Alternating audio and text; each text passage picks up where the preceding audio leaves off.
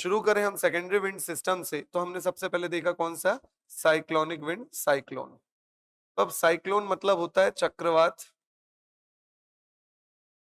और जिस तरीके से अर्थक्वेक वगैरह से क्वेश्चन बनते हैं, इस चक्रवात से भी क्वेश्चन बन सकते हैं।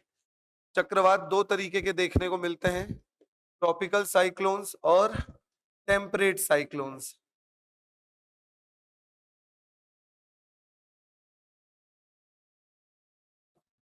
ट्रॉपिकल साइक्लोन मतलब ऐसे चक्रवात जो ट्रॉपिक्स में आते हैं। ट्रॉपिक्स में आते हैं मतलब 30 डिग्री के आसपास जो देखने को मिलेंगे, 0 से 30 बोल लिया जाए।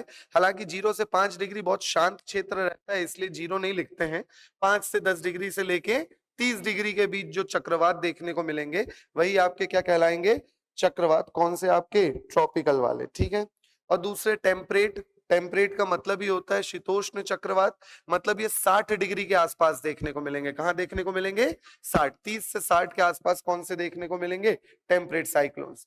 इनमें डिफरेंस आप लोग बहुत अच्छे से क्लियर कर लोगे जब इन दोनों चक्रवात के बारे में पढ़ लोगे कि ट्रॉपिकल क्या होते हैं और टेम्परेट क्या होते हैं। एक एक करके शुरू करते हैं। सबसे पहले ट्रॉपिकल साइक्लोन समझना। सबसे पहले हम देख रहे हैं कंडीशन।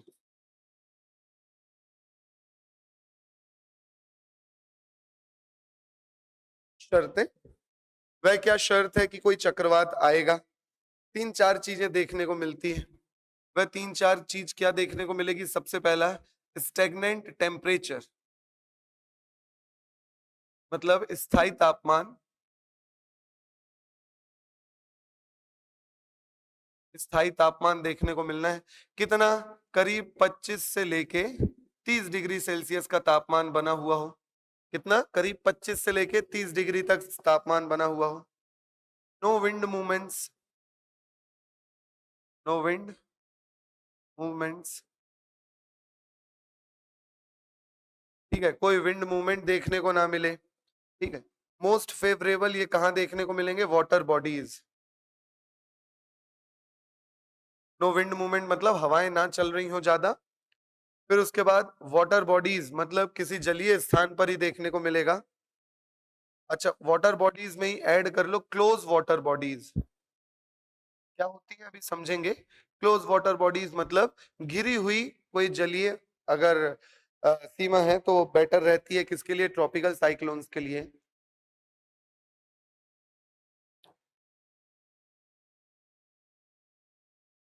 ठीक है। इसी के बाद लेस सैलिनिटी।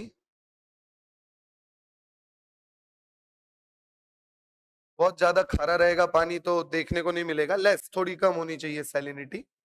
ठीक है, तो लेस सैलिनिटी मतलब लवणता थोड़ी कम होनी चाहिए, कम लवणता।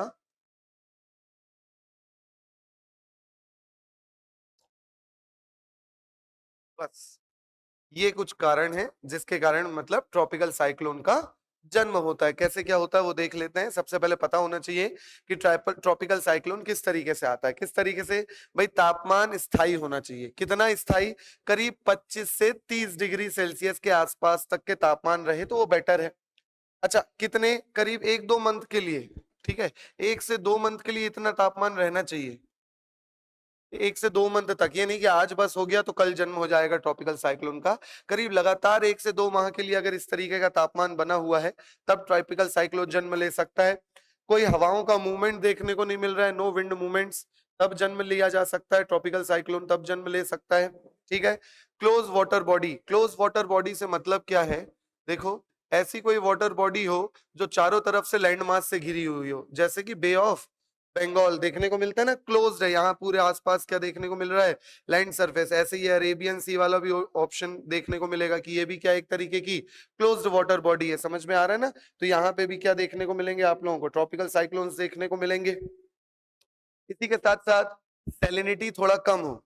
ये हालांकि एक थोड़ा सा मेंस का क्वेश्चन है, लेकिन कॉन्सेप्ट समझने के लिए समझ लो। वो क्या कारण है जिसके कारण बे ऑफ बंगाल में ज्यादा ट्रॉपिकल साइक्लोन आते हैं इन कंपैरिजन टू अरेबियन सी। क्या कारण है, क्योंकि यहाँ बहुत सारी नदियां अपना पानी लाके गिरा रही होती हैं। ठीक है, बड़ी बड़ी नदियां, गंगा, ब्रह्मपुत्रा, फिर उसके बाद आपकी अगर आप चाहते हैं अपने कैरियर को एक नई दिशा देना और सुनहरे भविष्य को साकार करना, तो जुड़िए कंपटीशन कम्युनिटी के साथ। आज ही हमारे वेबसाइट के कैरियर पेज पर विजिट करें अथवा डिस्क्रिप्शन बॉक्स पर दिए गए लिंक पर क्लिक करें। हमेशा आपके साथ टीम कोको।